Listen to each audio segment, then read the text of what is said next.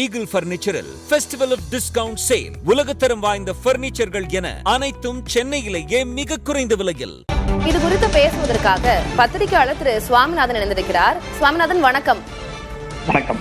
எனக்கு பல கோணங்கள்ல பல கேள்விகள் வரிசை கட்டுது. ஆனாலும் ஆஸ் பர் பிரியாரிட்டி நான் ஒவ்வொரு கேள்வியா கேட்கிறேன். இன்னைக்கு இப்போ தினகரன் அவர்களுடைய பேட்டியில இருந்து வருவோம். வார்த்தை பிரயோகங்கள்ல ரொம்ப கவனமா கையாண்டிருக்காரு. என்டிஏவின் வெற்றிக்காக, என்டிஏ ஆட்சி அமைக்கிறதுக்காக அப்படின்றாரு.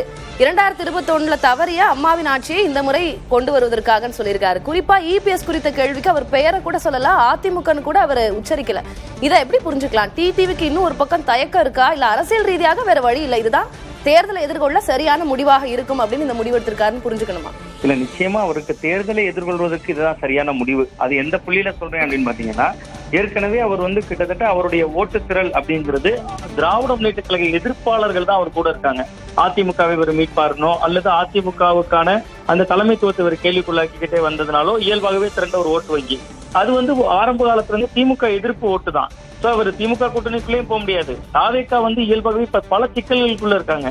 அவரோட ஜனநாயகன் படத்தை சொன்ன மாதிரி ரிலீஸ் பண்ண முடியல. இன்னொன்று, சிபிஐ விசாரணை வளையத்துல அந்த கட்சியினுடைய தலைவரே இருக்காரு. அப்ப டிடிவி தினகரன் அவர்களுக்கு இயல்பாகவே தேசிய ஜனநாயக கூட்டணியில ஏற்கனவே இருந்துட்டார் கடந்த காலங்கள்ல.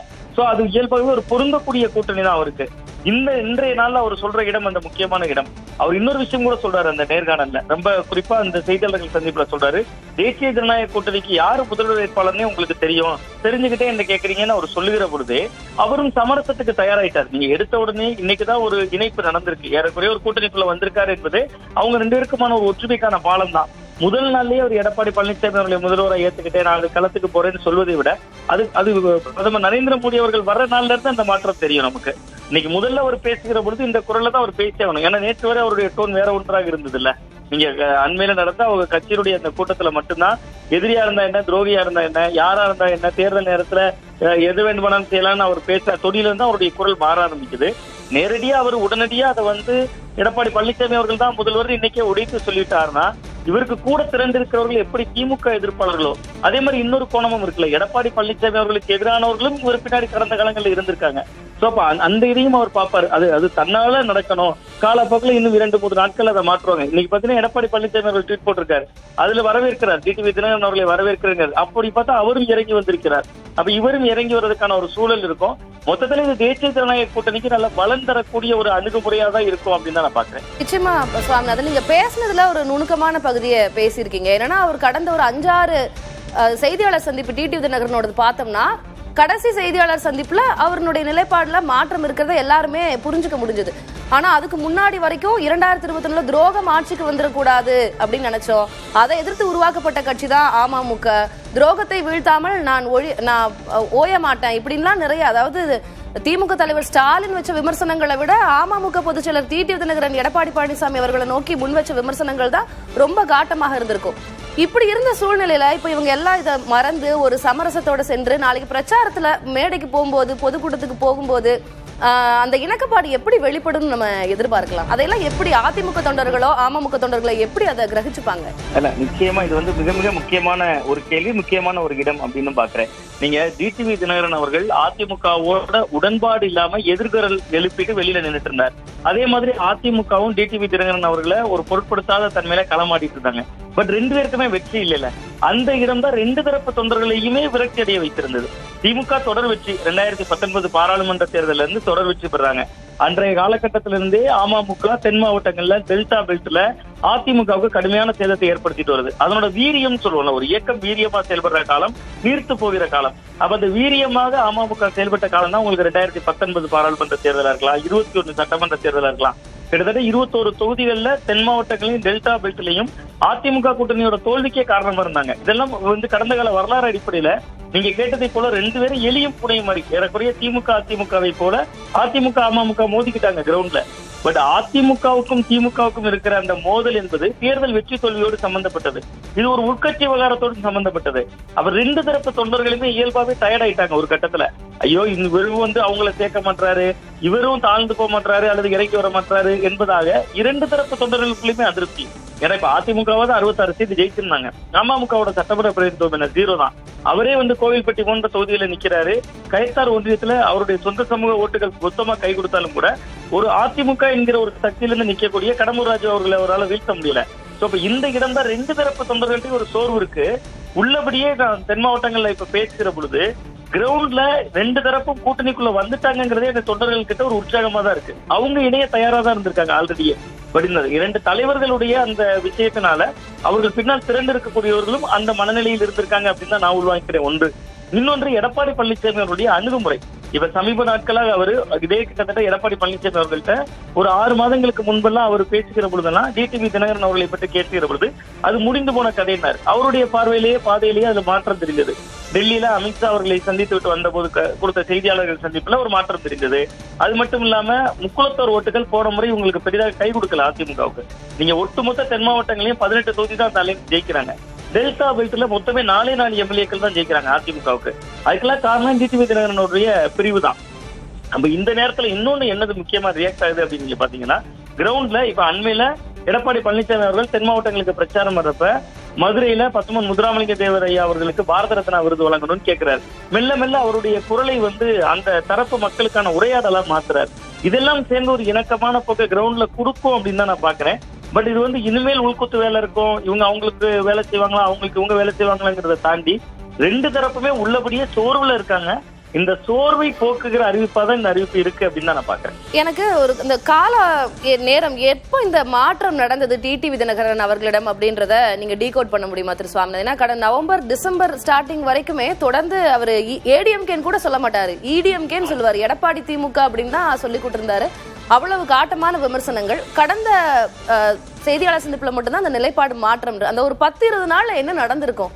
பொதுக்கூட்டத்துக்கு பிறகான முடிவா? அதை எப்படி டீகோட் பண்ணுவீங்க அந்த இடத்தை? அந்த இடத்தில் மிக முக்கியமான இந்த விஷயத்த ரோல் பிளே பண்ணது பாஜக அப்படின்னு நான் பாக்குறேன். ரொம்ப குறிப்பா பியூஷ் கோயல் அவர்கள்.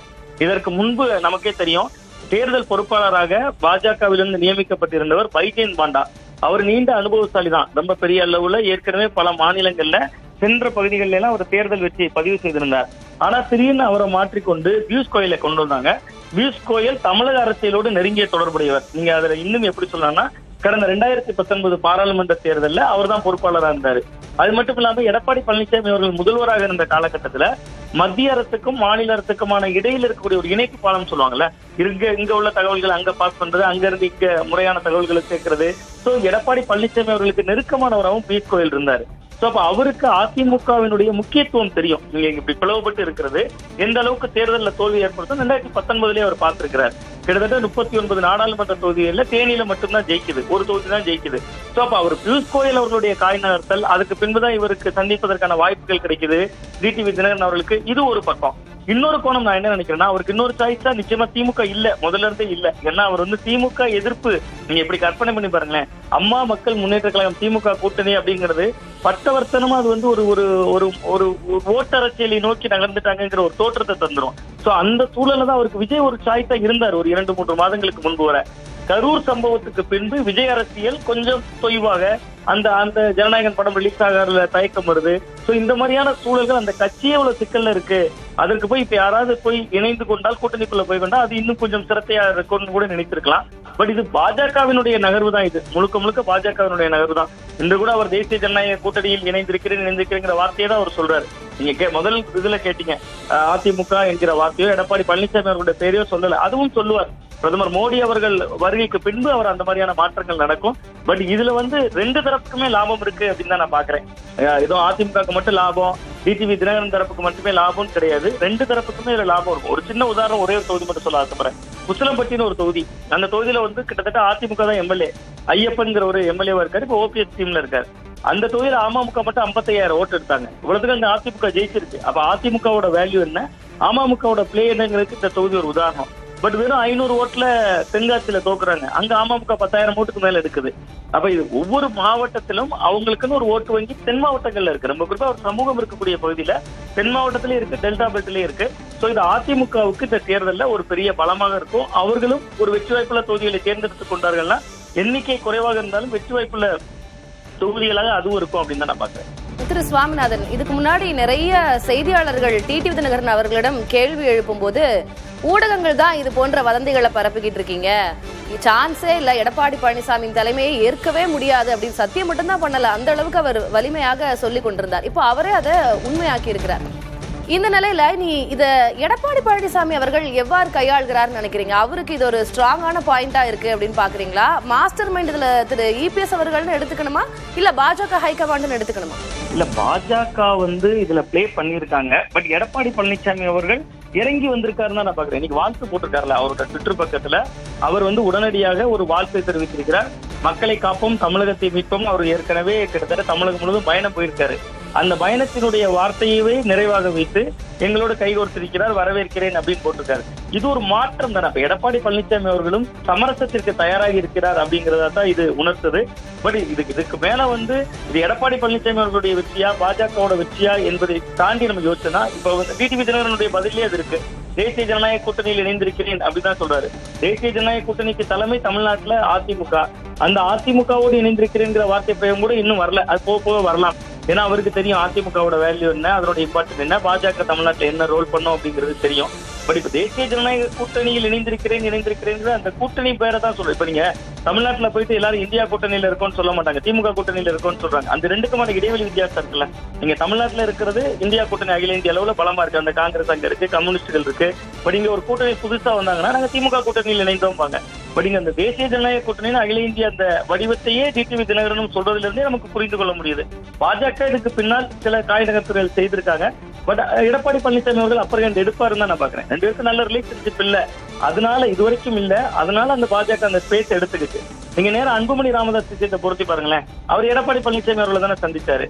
சோ அப்ப இது ஒரு இதுவரை உறவில் இல்லாமல் முறிந்து நின்ற ஒரு உறவு பாஜக வாசல் என்கிற வழியாக உள்ளே நுழைந்து புதுப்பிக்கப்பட்டிருக்கிறது. இனி உங்க ரெண்டு பேருக்கும் இடையில இருக்கக்கூடிய அந்த உறவு இனிவரும் காலங்களில் எப்படி இருக்குங்கிறத பொறுத்துதான் அது பாஜகவுக்கு அவர் விசுவாசமாக இருக்க போயிறாரு, அதிமுக பக்கம் நல்ல அனுசரணையாக இருக்க போயிறாருங்கிறத நம்ம சொல்ல முடியும். நீங்க ரொம்ப நுணுக்கமா சொன்னீங்க திரு சுவாமிநாதன். என்டிஏ கூட்டணின்னு தான் சொல்லியிருக்கிறாரு, அதிமுக கூட்டணியில் இணைந்தேன்னு சொல்லலாம். ஆனா இனி வரும் நாட்கள்ல அவர் சொல்வதற்கான வாய்ப்பு இருக்கிறது. ஒரே நாள்ல எதுக்கு இவ்வளவு சர்ப்ரைசஸ்? இனி கொஞ்சம் கொஞ்சமா அதை கிராஜுவலா தான் கொடுப்பாங்க அப்படின்னு சொல்லியிருக்கீங்க. நன்றி திரு சுவாமிநாதன் இணைப்பில் பேசியதற்கு. ஈகிள் பர்னிச்சரில் ஃபெஸ்டிவல் ஆஃப் டிஸ்கவுண்ட் சேல். உலகத்தரம் வாய்ந்த பர்னிச்சர்கள் என அனைத்தும் சென்னையிலேயே மிக குறைந்த விலையில்.